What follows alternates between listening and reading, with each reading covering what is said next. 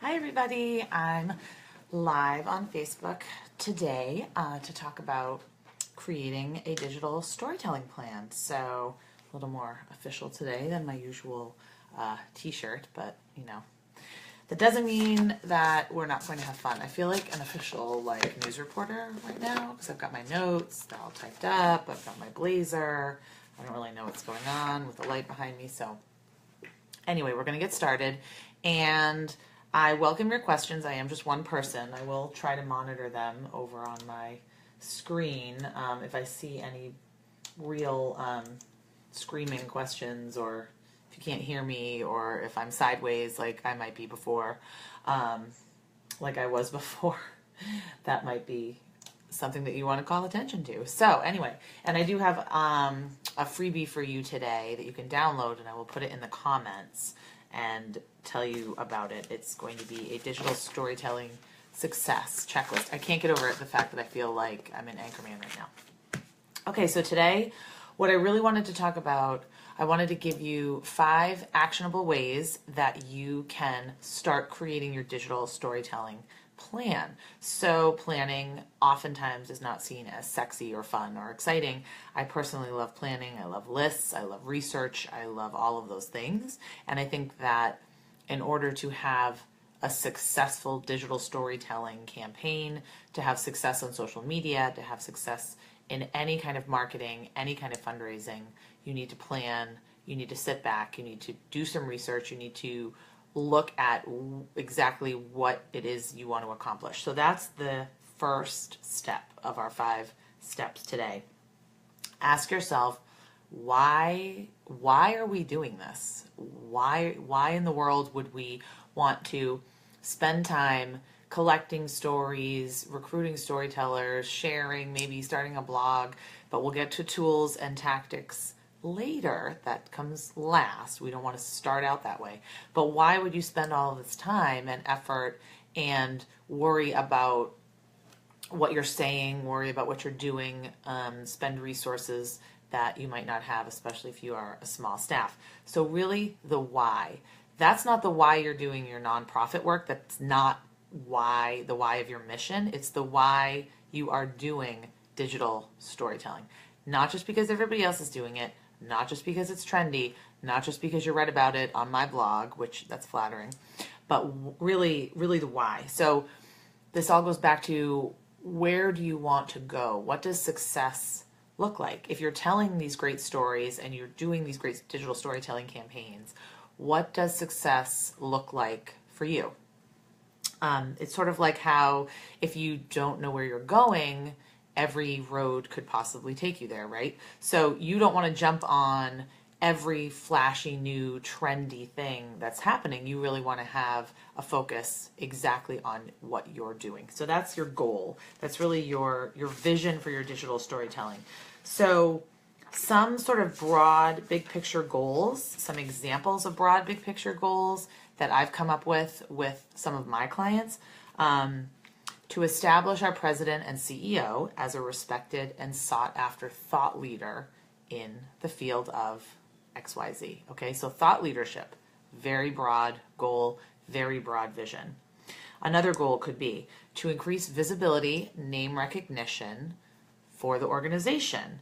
And that's great. Name recognition is great, but we'll help break it down. Like, why would you want name recognition? What could that lead to? Name recognition is great, but if it doesn't lead to anything, then it's worthless. Another goal, to develop dynamic, engaged social media communities that best represent our overall constituency, which will help us achieve our mission of educating teens on the dangers of dating violence. So that's more of a client-focused goal for digital storytelling. Maybe you have a new program, a new service that you are launching. Maybe you have a hotline. Maybe you have some support groups that you want to promote. Whatever it is, it can be client-focused. It doesn't always have to be getting donations. That doesn't always have to be the goal. Of course, the bigger picture goal could be financial sustainability, reaching new donors, developing stronger relationships with current donors. These are all goals. These are all worthwhile goals. So what does success look like if you are doing digital storytelling? You're spending the time, you're spending the effort. What does success look like? So after you define sort of your big picture goal, your big picture vision, and I suggest for this particular exercise, especially if you're just starting out, just pick one big picture goal, because I know all of you are sitting there saying, okay, I want to raise more money, I want to get new donors, I want to engage millennials, I want to have a vibrant social media community, I want to be a thought leader in the field, I want every single person to know our name, and I want to write, I want to get on Ellen, okay? Great. I'm not saying don't have, big, hairy, audacious goals, BHAGs. I definitely have them. But for our purposes today, and just to kind of streamline things, especially if you're feeling a little overwhelmed and you don't really know where to start with your digital storytelling plan, focus on one. Focus on one. Maybe it's fiscal sustainability. Maybe, I know I have had some clients that don't raise money, that have memberships, or they have thought products, like particular products that they want people to download, like curricula and materials and reports and things like that. They just want to be known as a thought leader. That's another really great and completely doable goal. So have your goal in mind, and we'll kind of walk through the steps to parse that out. So the number two action item that you can take after creating your goal is to sort of think about strategies. So strategies, they're not necessarily as specific as getting on Facebook.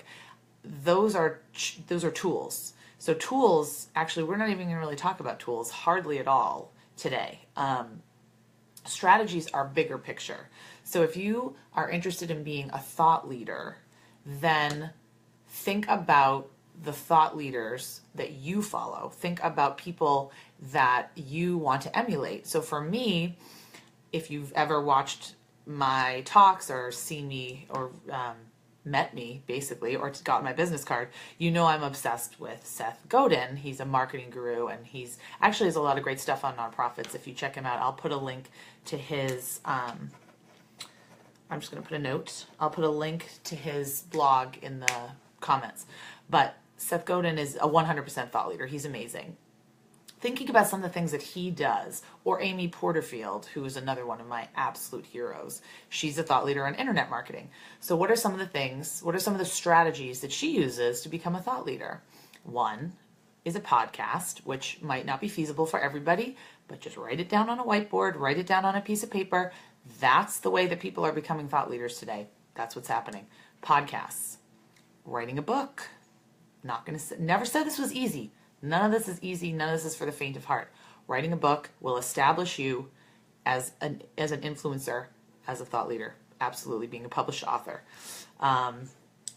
Some other ways you can do it. Blogging, maybe for Huffington Post, or starting your own blog. Maybe having a YouTube channel with YouTube videos where you're sharing your expertise, you're sharing your knowledge. Definitely maybe being on Twitter, although that's getting into tools. So you probably want to explore digital marketing of some kind and content creation, whatever that might be. So those are all strategies that will help you accomplish your goal. We're not getting too specific yet, just brainstorming some strategies that you might want to explore if your goal is being a thought leader.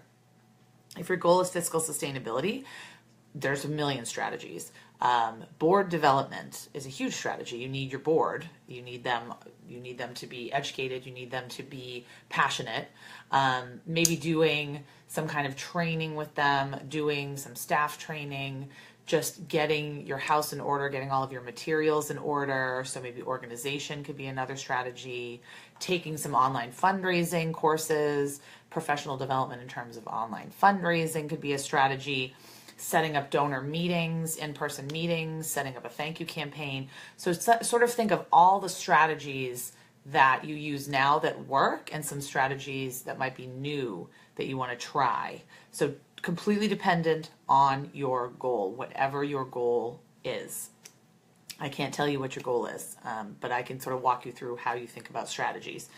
Number 3, okay, so if you've just joined, we're talking about 5 actions that you can take today to start creating your digital storytelling plan. So a lot of planning is going to be involved in your storytelling, your digital storytelling campaigns. And we are talking about some 5 actions you can take today. Number 1 is understand the why. Why are you doing this? Where do you want to go? What does success look like to you? And that's sort of the destination for our roadmap that we're going to build together. Number 2, think about some strategies that you've seen work for other people or other organizations to get them towards their goal. It's not going to be easy. I'm not going to tell you that it's going to be easy. There's no get rich quick schemes here. There's no, raise $50,000 in a day with a mailing list of 5 people. I would never suggest that anything is easy. It's all a lot of hard work, but it's worth it. So thinking about some strategies, maybe email list building. That's a huge one for fundraising. Email marketing is huge, and people might say email is dead, but it's not, as my inbox will attest. Right now, during this Facebook Live, I've just gotten like 30 new emails. So number 2, choose your strategies. Think about some strategies that you might use to accomplish your goal. Then number 3, creating SMART objectives to go with your strategies and goals. Okay, so we're being very systematic here. Your objectives are SMART, S-M-A-R-T, specific, measurable, actionable, realistic, and time-based. I'm going to give you some examples of SMART objectives because I know that we all learned goals and objectives in school, but I honestly, when I started out maybe 7 years ago, I had to do a lot of research on what's the difference between a goal, what's the difference between an objective, and some people might say SMART goals and some people might say whatever. So for me, goals, bigger picture, sort of the vision, the why. It's like what you want to print up and put on your wall. It's almost like a vision board. What does success look like? Strategies are some of the different ways you could get there, and then objectives are measuring the effectiveness of those strategies, if that works, okay? So let's see. Some sample objectives, and we're only on number 3. Okay, so your goal is to increase visibility and name recognition for your organization. So you're a client, you come to me, and you're like, I want every single person in Massachusetts to know the name of Super Awesome Charity. And I say, okay, that's awesome. They might not all like you. They certainly won't all donate to you. But I think it might be feasible that everyone can know your name. But there's certain strategies and there's certain ways we can measure it. So if that is one of your goals, some strategic, some specific, measurable, actionable, realistic, time-based objectives that you could create. Website traffic. That's something you can measure, okay? Increase traffic to your website by 50% in 6 months. Okay, I don't know if that's true. So ideally what you would be doing is looking at your website traffic, seeing where it is and kind of benchmarking, and then creating like this realistic goal. But if you're starting from scratch, we're just kind of spitballing it, and that's completely fine.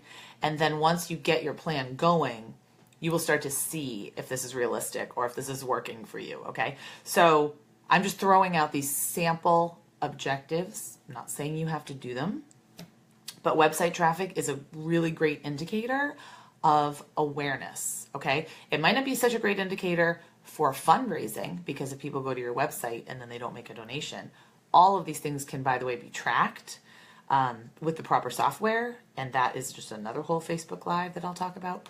But we're talking about SMART objectives, ways you can measure the effectiveness of your strategies, right? So if you are your goal is to be a thought leader, you start a blog. That's a strategy. You want to write and create content. So creating content is your strategy, whether it's videos or, like I said, a blog or a podcast or news articles, or maybe it's writing for your local paper, whatever it might be.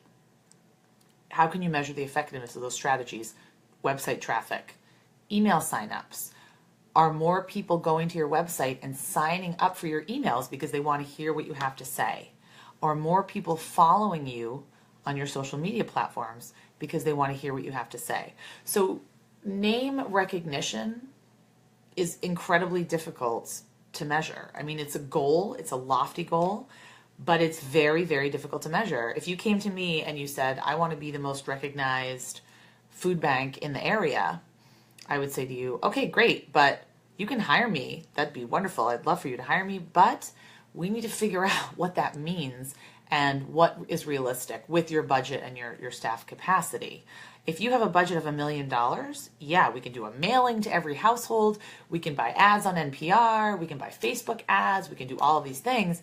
If you're a small organization, what's realistic? Probably measuring website traffic, social media followers, measuring phone calls to the organization, measuring email inquiries. So thinking about things you can measure that will help you determine if you are picking the right strategies to help you accomplish your goal. So it all goes back to the goal. Okay, so that is number 3.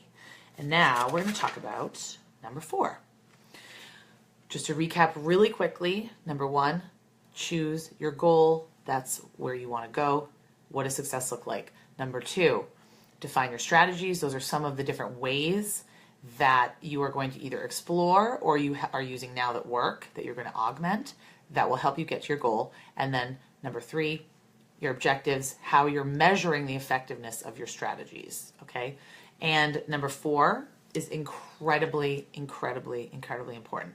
I put this particular step at number 4 because I really, really want you to define success first and strategies and objectives. Key audience, okay? Key audience, that's huge. That's number 4, define your key audience. And you might be saying, oh, well, we should know who our audience is even before we're doing all of this. I don't think that's true. So there's many different schools of thought on this. I think you need to know where you're going and what you need to do to get there before you know who you need to engage. So if fundraising is your goal, okay, great. Then you know that you need to engage current donors and find prospects and do X, Y, Z. If thought leadership is your goal, then you're engaging an entirely different audience. You're probably engaging people in the media. You might be engaging legislators. You're engaging other organizations. You're doing a lot of different things than you would be depending on your goal. So if your goal is to promote a new program or service, to get more clients involved, to call the hotline or whatever it might be, then that's a whole different audience. So each goal is going to have a totally different audience. And that's why I encourage you to kind of look at your key audiences in step 4. So the benefits of identifying a key audience, and I know that all organizations have multiple audiences. I understand that. Every business does also. But if you want to define your particular audience, who you need to accomplish the actions that you need to get to your goal. So it all goes backwards. It all goes back to your goal and ability. You'll also save money if you know your audience. Then you're not going to spend time, doing speaking engagements or creating Facebook ads or even advertising in newspapers or advertising on the radio or whatever you might be doing. You are going to know exactly who you want to talk to, and that will help you focus your message. It will help you save time. It will help you save money. Trust me, you've got to identify your key audience. And this is why I'm just going off on a little tangent, my little soapbox here. This is why a lot of marketing in general, but particularly nonprofit marketing, doesn't work. Because they are speaking to everybody, so therefore they're speaking to no one. So digital storytelling campaigns and online fundraising campaigns, the more specific and almost niche you can be in your targeting, the better. People are not, and if you hear my kids in the background, it's vacation week, and I might have a moment like the BBC guy, which I kind of want to, because that was kind of amazing. But no, they're in the back having a blast. But if you think about it, we don't like to be marketed to in general. If I get an email now, I have 2 kids, one's still in diapers, but not a baby anymore by any stretch. If I get an email from Target about baby stuff, I'm just like, what? No, forget it. Click. Target doesn't know who I am. They don't understand me. In the back of your mind, you're thinking that, right? So we're so used to being targeted in such a specific way that nonprofits need to get on board, okay? You need to get on board. You need to figure out your audience for whatever your goal is. Who is your audience? Who do you need to engage to help you achieve that goal, okay? That's what you need to do. Everyone in the world is not a key audience. Seth Godin quote for you right here. If you need to water down your story to appeal to everyone, it will appeal to no one. Love that. Love that quote. I need to get that out as a poster in the back. So I will post a link in the comments, and I will take a note. I'm going to post a link to a wonderful resource by my good friend John Hayden. He created the Persona Workbook, and that is to help you identify different personas for each different kind of audience segment and really dive down deep into their passions and interests and dreams and goals, demographics. Where are they? What kind of media do they consume? Where do they live online? And what are the kinds of things that they're interested in? What are their pain points? You know, we always say pain points in marketing. Our donors don't really have pain points, but they are interested. They give through you. They don't give to you. And I know you've heard that. I didn't make that up. How can you help this audience create their meaningful life, whatever that might be? How can you help them look good to their friends? How can you help them look good to their networks? Really, really thinking through your key audiences. And that could be another whole Facebook Live, because I have 5 pages of notes on how to identify your key audience, because it's that important. You need to know who you are talking to, and then you need to know what you're asking them to do. So, quick recap before we get to number 5 of our action steps. So we're talking about action steps you can take today when creating your digital storytelling plan, right? Number 1, define the why. That's the goal, the vision. What does success look like? Number 2, determine the strategies, the overarching strategies that you need to take to accomplish that goal. Digital marketing, online fundraising, speaking, content creation. Those are just some strategies. Number 3, create SMART objectives that match so you can measure the effectiveness of those strategies. Specific, measurable, actionable, realistic, time-based. Number 4, know your audience. Determine the audience that you need to reach to accomplish those objectives that go with your strategies, that go with your goal. So it all builds on, every piece builds on the next piece. It's like stacking cups. Number 5, this is the last action item because I don't want to overwhelm you too much today.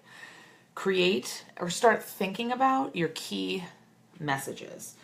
Starting to define your key messages. Messaging is huge. Guess what's going to determine your message? Your audience, which is determined by your objectives, which is determined by your strategies, which is determined by your goal. That's why if you skip a step here, you're doing yourself a disservice. You can't skip a step. They all go with each other. They all build on each other. So, defining key messages. Clearly, if you want to reach the media, that's very different than if you want to reach alumni of your organization to get them to tell stories. So I work with a college access and success program, and they work on post-secondary success, setting yourself up for success, but also getting through those 4 years, and also career fluency and building professional networks, because as we all know, it's who you know a lot of the time. So their message, because they want to reach students as well as their families to get students to enroll in the program. Some of their messages that we created. We will help you set and attain your college to career goals. These are messages for the students and families, right? And messages for the donors would be very different. We provide high quality, real world advice and training on how to build and sustain a personal and professional network, because we passionately believe that this is a vital skill not taught in school. And that message could have some overlap, to donors. We partner with high-profile experienced leaders in the community to provide this training and help you start your own network. So do you see the 3 messages? We help you set and attain goals. We help you build your network. We provide real-world advice, hands-on training, all of these important things that students and families look for when they're going to go to an after-school program. Key messages for donors. You know, we're a well-respected and trusted organization. 89% of our graduates complete college in 4 years. Talking to donors, you want to be showing the results. I mean, you want to have demonstrable results and statistics, and some great stories and some social proof, right? That's also for the media. A key message for the media would be social proof. We partner with lots of organizations. We get grants from all of these great places. We've helped this many students. We've placed this many. So your message needs to be refined depending on who you're targeting.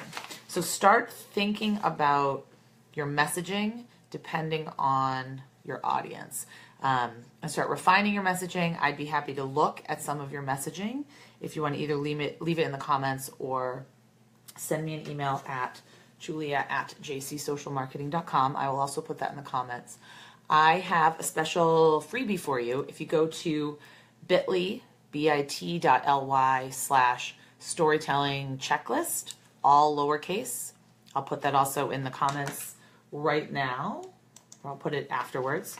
You can download for free my digital storytelling success checklist, just some of the things you need to have in place when you're going to start a digital storytelling campaign. And it's totally free, so I hope you go and download it. So I look forward to your questions and connecting with you after, and I hope you enjoyed this video. So take care. I hope you have a great Friday. Thank you.